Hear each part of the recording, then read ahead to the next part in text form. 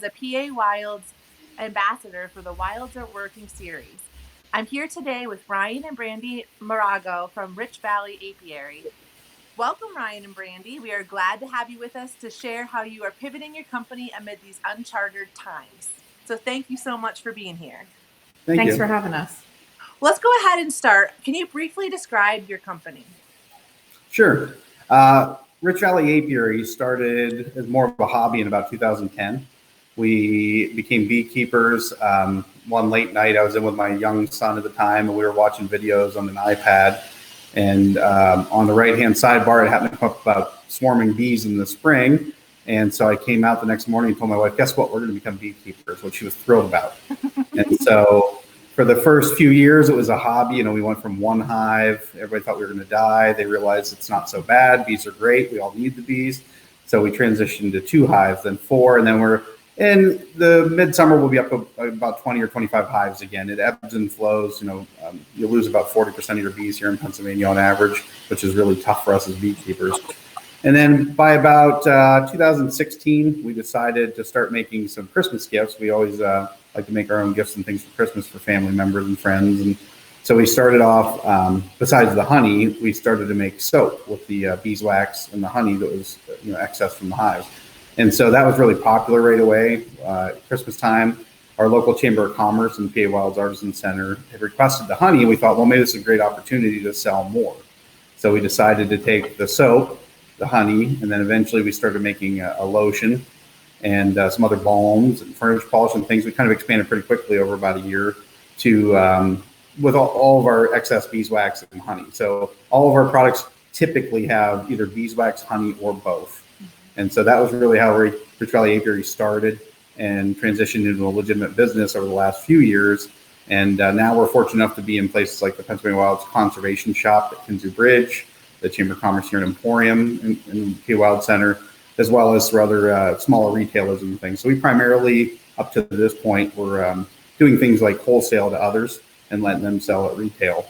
But then about a year ago, a year and a half ago, we decided we also wanted to pursue one of our other hobbies, which is winemaking. So we started what's called Rich Valley Wines, and over the licensing process took about a year, and we opened that on Valentine's Day of 2020. So we were open exactly 1 month before we had to shut our doors for about 2 weeks as we had to reassess and reevaluate where we were at. Oh, yes. So you really had a quick learning curve there for the winery. Absolutely. After spending money, all money going out for a year, it was kind of nice to finally start having some revenue coming back. And then, obviously this pandemic hit. Yeah. So, okay. It started out as a hobby, beekeeping, honey. You ended up evolving into lotions and balms and things, and sometimes candles. And now you have a winery as well. Can you tell us, how did you go from a hobby of honey to starting to sell honey? Well, one of the real main thing was we have 3 young kids, and they're actually not as young anymore now. They're 12, 10, and 9, and they keep us pretty busy. They've been, the 2 younger ones, the 2 girls, have been beekeepers, we like to say, since birth. They've been beekeeping alongside of us. And so I think it was probably about that fall of 2015, we were extracting honey from the fall. And so our kitchen was a gigantic mess. I had honey from ceiling to floor and all over the cupboards. As I was working, the kids were just anxious to be outside, so they wanted to have a honey stand. They decided they wanted to have a honey stand. So okay, so we put a table out there at the end of our driveway on our rural road in Rich Valley and Emporium, and they came back in maybe after about 15 minutes with about $100 in cash, and all the honey that we had given them sold. So we said, wow. So we went down, got more honey, put it out on the table, and over about a 2-hour period, they sold over $400 in honey. And that's when we realized, wow, there might be an actual business here. And right. Just to point out, our hives were treatment free. That's another reason we have high losses. We don't treat our hives with anything. It's pretty common to treat, don't judge anyone for that. That's just because we make cosmetic type products from that. We don't treat our hives, no pesticides and things for the mites that are a problem for us.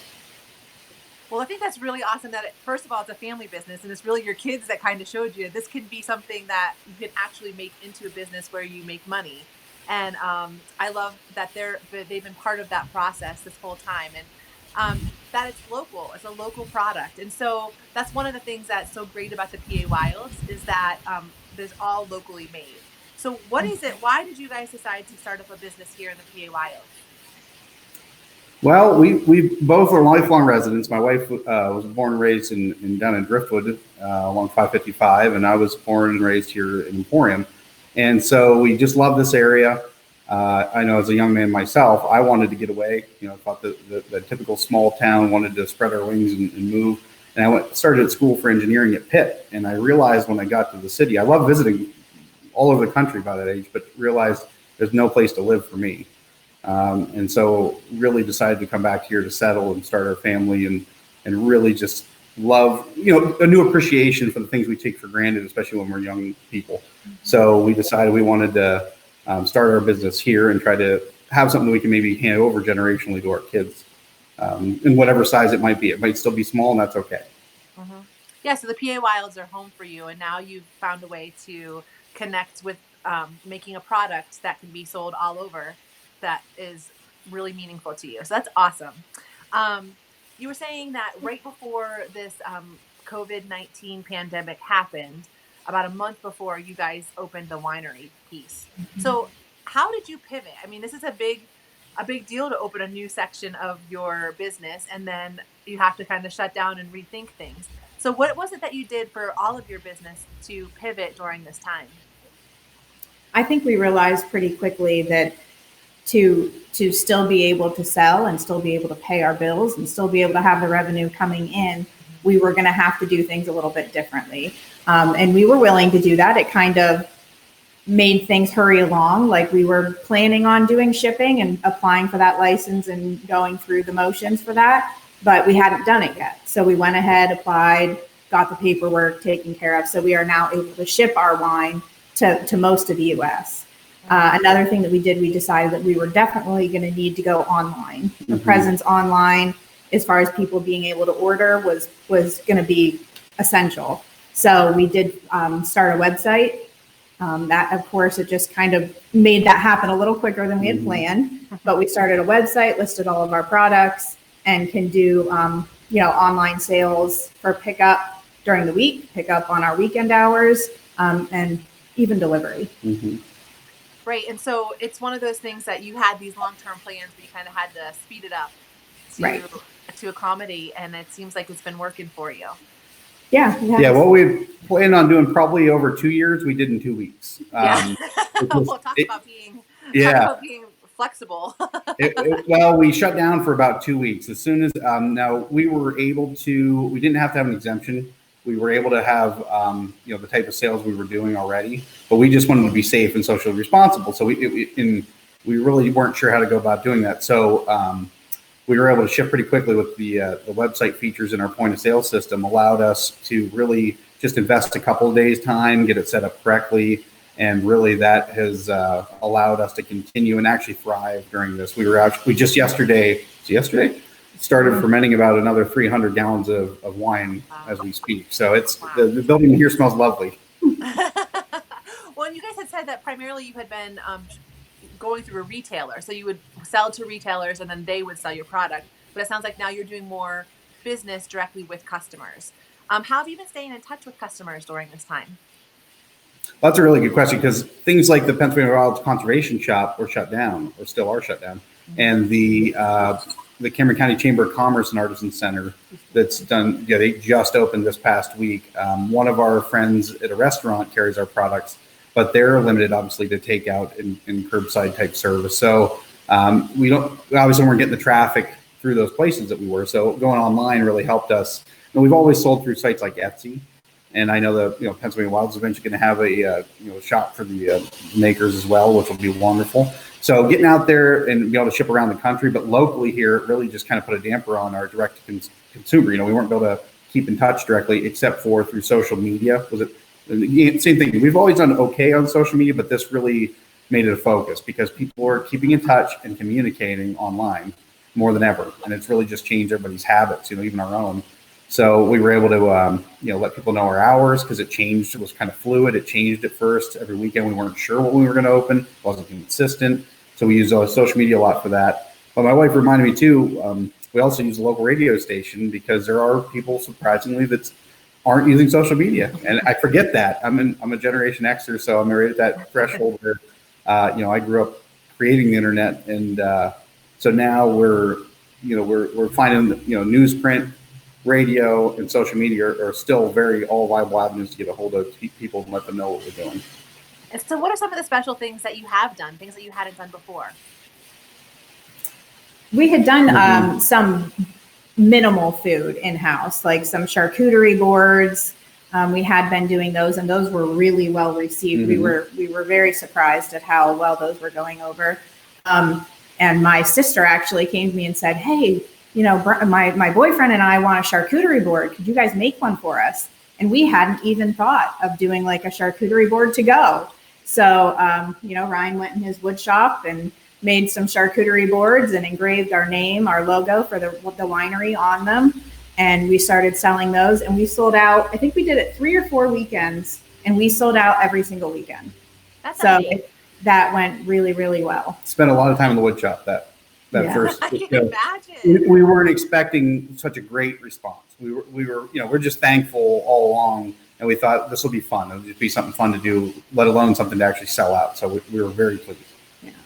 Yeah, that's awesome. And what a creative way to connect with people and have them still getting your products, but also taking something that they can have in their home to remind them of you, even well beyond what drinks and food are gone. Like a lot of the artists in the Pennsylvania Wilds, we're tinkerers, we're makers. We like to, we can't sit idle. I get up bright and early and I go to bed late. And so it's a creative outlet for me. It helps, scratch an itch, I like to say, in my wood shop to be able to do something along those lines, but it's still productive for the business. So I got to really enjoy, doing some woodworking. And this past weekend, we actually did sushi boards. It's something I wanted to do. We've talked about for about 2 years now, but we weren't really sure how to do that. Well, this shift, because we were working on site at the, the winery and apiary up front, we wouldn't have time to make fresh sushi and still man, our area, because it's just us working here. But by having this happen, it was a silver lining or a blessing in disguise, where we were able to actually, make sushi right up until our open time. It was all pre-ordered and pre-sold. So that way people already had pickup times. They would come and it was fresh. We literally the first day were within, actually about 5 minutes late we were prepping sushi boards as people were pulling in to pick them up. So it was great. And it's something completely different for the area that we really enjoyed doing. Yeah, that is something you never probably would have thought of unless you had to think outside the box. Right. For sure. So what are some of the operational pivots that you're going to take on once things reopen fully? I think once we fully reopen, we're going to still slowly, regardless of what the guidelines are, we're probably going to go one step further and just try to be as responsible as we can, not only for others, but also our own family. Actually, we brought my mother up to help us with the kids right before Valentine's Day, our grand opening, and she's now still with us because we have not, because of the travel restrictions, we don't want to take her back home to Virginia. So she's been living with us now since, early February. So it just changed how we're going to do things. I think moving forward, this really will, again, it accelerated our plan. So this can be great long term because it's things we wanted to do anyway. I think people's buying habits have changed. I think that we're going to see more and more people just permanently going to a curbside type pickup or pre-ordering, even if they're going to come into our tasting room for the wines. And plus, because we're selling them both through the same online portal, we can sell a mixture of winery product and the apiary product and, make deliveries or have people pick up. And it's been great. It's been really, really, really nice to be able to do that. Yeah, really expanding that one-on-one customer contact that you didn't have before. Are there any programs or resources or organizations that you found particularly helpful during this time? Our Chamber of Commerce, definitely our Chamber of Commerce. Tina Johns with the Chamber has stayed in the know for everything for small businesses.